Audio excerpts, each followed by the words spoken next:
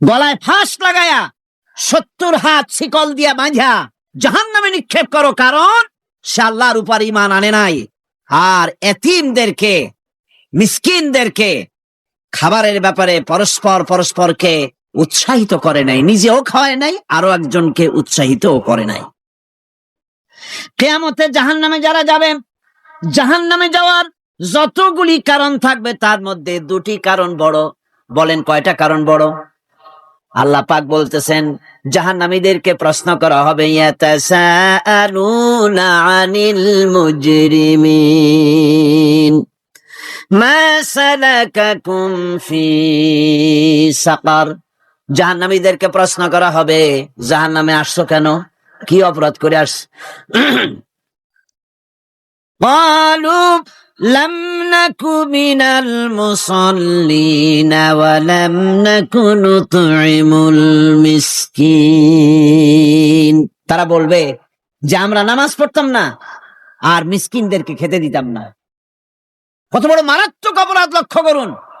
নামাজ না পড়া আর মিসকিনদের খেতে না দেওয়া। জাহান্নামে যাওয়ার যত কারণ, তার মধ্যে শ্রেষ্ঠ 2টি কারণ হচ্ছে এই, যারা নামাজ পড়বে না, এতিম মিসকিনদেরকে খেতে দিবে না, এবং পরস্পরকে এতিম মিসকিনকে খেতে দেওয়ার ব্যাপারে উৎসাহিত করবে না। কিয়ামতে তারা জাহান্নামে যাবে। কোথায় যাবে? খোদ রাসূলে কারীম সাল্লাল্লাহু আলাইহি ওয়াসাল্লামকে লক্ষ্য করে আল্লাহ রাব্বুল আলামিন বলেন, নবীজি আপনি এতিমদের সঙ্গে সদ্ব্যবহার করবেন, এতিমদের ব্যাপারে আপনি দায়িত্ব পালন করবেন। কারণ হলো, আপনিও তো এক সময় এতিম ছিলেন, এতিমের ব্যাপারে দায়িত্ব পালন করবেন। কোরআনে কারীমে রব্বুল আলামিন বলেন, আলাম ইয়াজিদকা ইয়াতীমান ফাআওয়া। ও নবী, আমি কি আপনাকে এতিম অবস্থায় পাই নাই? আর তারপরে আমি কি আপনাকে আশ্রয় প্রদান করিনি? আপনাকে আমি এতিম অবস্থায় পেয়েছি, এরপরে আপনাকে আশ্রয় দিয়েছি। রাসূল তো এতিমদের সর্দার।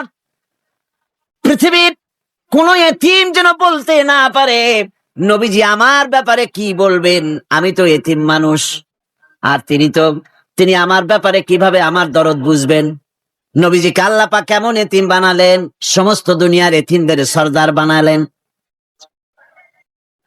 মায়ের পেটে যখন তিনি ছিলেন, 6 মাসের সময় মায়ের পেটে থাকাকালীন বাপের এতিম হয়ে গেলেন।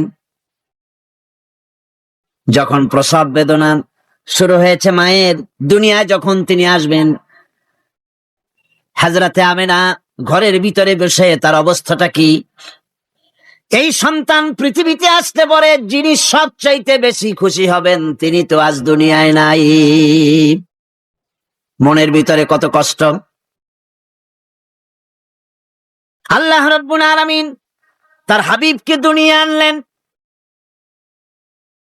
রাসূলের দাদা ঘরের সামনে, তাঁবুর সামনে দাঁড়ায়া তায়েফ থেকে আগত সাদিয়া গোত্রের লোকদেরকে বলতেছেন, এই ঘরের ভিতরে একটা এতিম বাচ্চা আছে, বেশি টাকা কড়ি দেওয়া যাবে না, যদি দয়া হয় নিয়ে যাও। গরিব মানুষ, এতিম মানুষ দেখে শুনে কেউ আর নিতে চায় না। সবশেষে এলেন ভাগ্যবতী মেয়ে, ভাগ্যবতী মহিলা হযরতে হালিমাতুস সাদিয়া। তিনি এসেছেন, কোনো ছেলে পেলে পায় নাই, সকলের শেষে তিনি এসেছেন। আব্দুল মুত্তালিব বলছেন, এই ঘরের মধ্যে একটা এতিম বাচ্চা আছে, দয়া হলে নিয়ে যেতে পারো।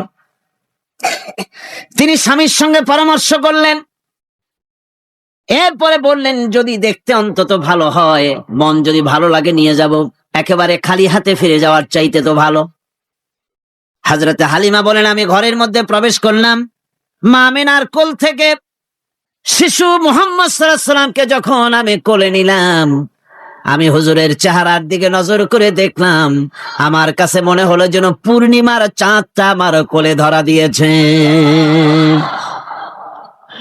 রাসূল কি, শিশু মুহাম্মদ সাল্লাল্লাহু আলাইহি সাল্লাম কি যখন নিয়ে বাড়ির দিকে রওনা হলাম, যে গাধা আমার সকলের পেছনে এসেছে, সেই গাধা এখন সকলের আগে ছুটে চলে যায়। এরপরে বাড়ি যখন নিয়ে গেলাম, কুয়ায় পানি বাড়লো, গাছে ফসল বাড়লো, খেজুর গাছে খেজুর বাড়তে লাগলো, জমিনে ফলন বেড়ে গেল।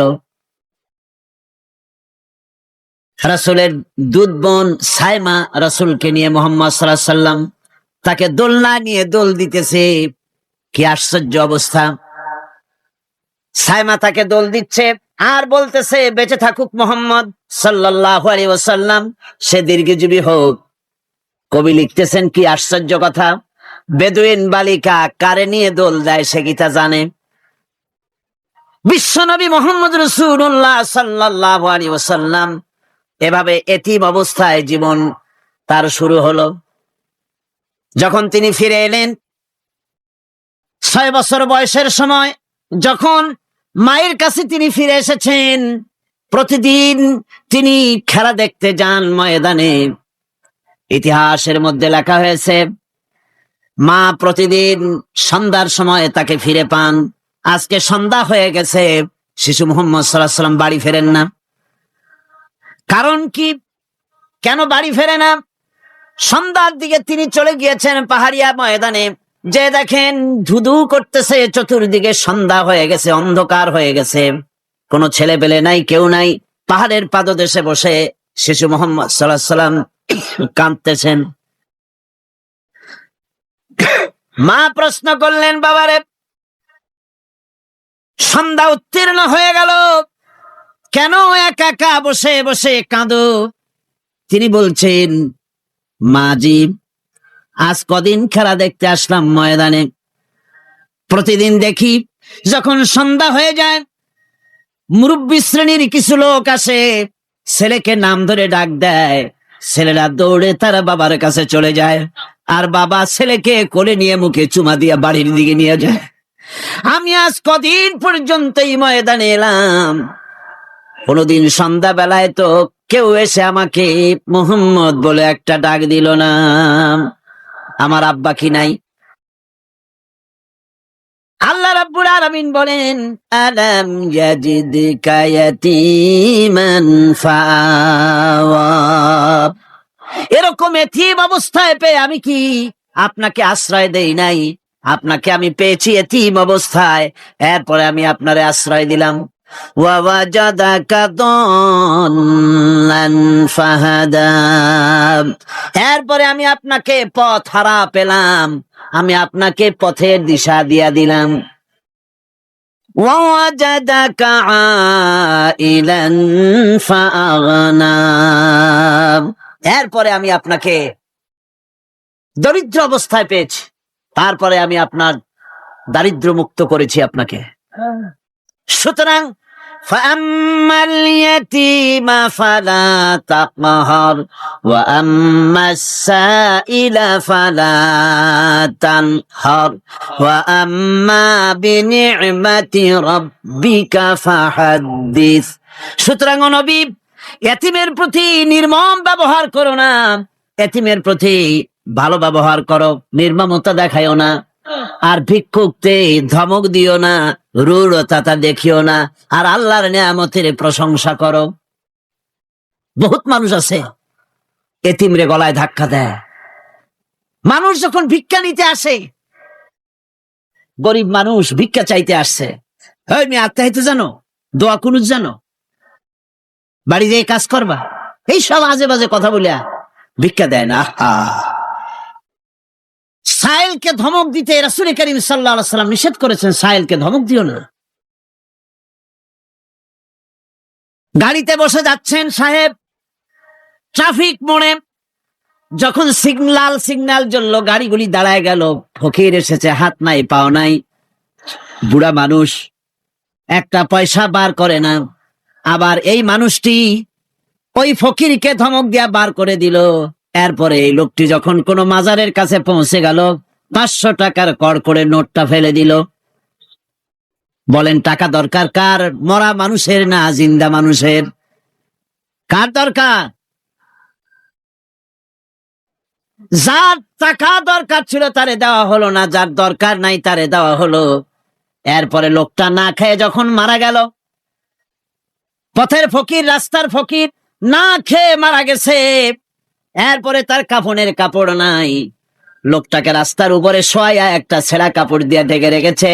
বড় লোকেরা সাহেবরা তখন গাড়ি দাঁড় করে আর 5টা টাকা 2টা টাকা করে তার লাশের উপরে মারতেছে। এটা মানবতার এর চাইতে লাঞ্ছনা, মানবতার জন্য এর চাইতে গঞ্জনা আর কিছুই হতে পারে না। মানবতার প্রতি লাঞ্ছনা এর থেকে আর দুর্গতি কি হতে পারে? বেঁচে থাকার সময় 1টা টাকা আপনি দিলেন না, মরে যাওয়ার পর বিদায় হয়েছে বালাই, এখন দেওয়া শুরু করেছে। আমার বন্ধুগণ, এজন্য এতিমের প্রতি দরদ করার জন্য আল্লাহ পাক কোরআনের ভিতরে পরিষ্কার বলেছেন। রাসূল করিম সাল্লাল্লাহু আলাইহি ওয়াসাল্লাম নিজে এতিম ছিলেন, আর এতিমের প্রতি তার এত দরদ ছিল, একবার তিনি ঈদের দিকে নামাজ পড়ার জন্য যাচ্ছেন। প্রতিমধ্যে দেখেন একটা বাচ্চা ছেলে কাঁদতেছে। এই রাস্তায় কত মানুষ গেল, কেউ দাঁড়ালো না থমকে, বাচ্চার ক্রন্দন কাউকে থামাইতে পারলো না। কিন্তু বিশ্ব নবী, দয়ার নবী রাহমাতুল লিল আলামিন বাচ্চার কান্না দেখে পাও বাড়াতে পারলেন না। নবীজি দাঁড়ায় গেলেন, জিজ্ঞেস করেন, ও বাচ্চা, ঈদের দিনে কাঁদো কেন? ঈদের দিনে তো কাঁদতে নাই। বাচ্চা বলে, তোমার কাছে বলবো না, আমি সেই সকালবেলা থেকে বসে আছি, আমি যদি মক্কার আব্দুল্লাহর পুত্র মুহাম্মদ রাসূলুল্লাহ সাল্লাল্লাহু আলাইহি সাল্লামকে পাই, মনের দুঃখ তার কাছে বলবো। বিশ্ব নবী জমিনের উপরে বসে পড়লেন, বাচ্চারে কোলের উপরে উঠায় বলেন, বাচ্চা বলো কি তোমার দুঃখ? তুমি যার জন্য বসেছো আমি তো সেই এতিম নবী, কি বলতে চাও? বাচ্চা বলতেছেন, ইয়া রাসূলুল্লাহ, আমার বাবা মারা গেছে। সেই ছোট্টবেলায় একেবারেই তখন মায়ের পেট থেকে আমি আসার পর বাপ মরে গেল, আমার মা আর একজনের সঙ্গে বিয়ে বসেছে। সেই পুরুষটি আমারে দেখতে পারে না, আমার মা যদি আমারে কোলে করে এসে সহ্য করতে পারে না, আমারে চুমা খাইলে সহ্য করতে পারে না, আমারে খাবার দিলে মা মার খায়। আজ ঈদের দিনে রাতে আমার মা আমাকে বলল, বাবারে তোমার কপাল খারাপ, তোমার বাবা মারা গেছে, তোমাকে সাহায্য করার কেউ নাই, আমি তোমার যত্ন করতে পারলাম না, কোলে নিয়ে চুমাও দিতে পারি না, আমার এমনই কপাল খারাপ। সুতরাং এতিমের দরদ এতিম ছাড়ার কেউ বুঝবে না। তুমি আজ চলে যাও, ওই রাস্তায়, ঈদের রাস্তায় দাঁড়ায় থাকো, মাঠের রাস্তার পাশে, বিশ্ব নবীর কাছে তোমার দুঃখ বলো, এতিমের দুঃখ তিনি বুঝবেন। আমি মায়ের কথা মতো এই জায়গায় এতক্ষণ বসে আছি, হুজুর আপনি দয়া করে, আমার কথা তো আপনার কাছে বললাম, আমার মনের এই দুঃখ। নবীজি বাচ্চার কথা শুনতেছিলেন, চোখ দিয়া পানি পড়তেছিল।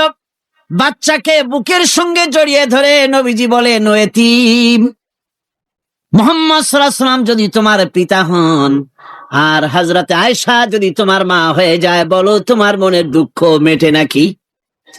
ছেলে ডুকরে কেঁদে উঠলো আর বলল, ইয়া রাসূলুল্লাহ, আপনি যদি আমার পিতা হন আর আয়েশা যদি আমার মা হয়ে যায়, এর থেকে বড় সৌভাগ্যের আমার তো আর কিছুই নাই। নবীজি এতিমকে বাড়ি নিয়ে গিয়ে হযরতে আয়েশার হাতে তুলে দিয়ে বললেন, আয়েশা রে, পবিত্র ঈদের দিনে আল্লাহ রাব্বুল আলামিন তোমার জন্য একটা উপহার পাঠিয়েছেন, এটা যত্ন করো। এতিমের প্রতি দরদ রাখার জন্য আল্লাহ রাব্বুল আলামিন বলেছেন, এতিম, মিসকিন, বিধবা, অসহায় লোক, তাদের প্রতি যাতে করে মুসলিম সমাজ লক্ষ্য রাখে, সেজন্য আল্লাহ পাক নির্দেশ করেছেন। বুখারী এবং মুসলিম শরীফের হাদিসে এসেছে, আস-সাই আলাল আরমালাত ওয়াল মিসকিন কাস-সাই ফি সাবিলিল্লাহ। বিধবাদের জন্য, মিসকিনের জন্য কেউ যদি কোনো উদ্যোগ গ্রহণ করে, কেউ কোনো সাহায্য দেয়, জিহাদের ময়দানে জিহাদ করে আল্লাহর রাস্তায় যে সওয়াব পাওয়া যায়, যে মর্যাদা পাওয়া যায় আল্লাহর কাছে, এতিম, মিসকিন, বিধবাকে সাহায্য করলে সেই সওয়াব আল্লাহ রাব্বুল আলামিন আমলনামায় দিয়ে দেন।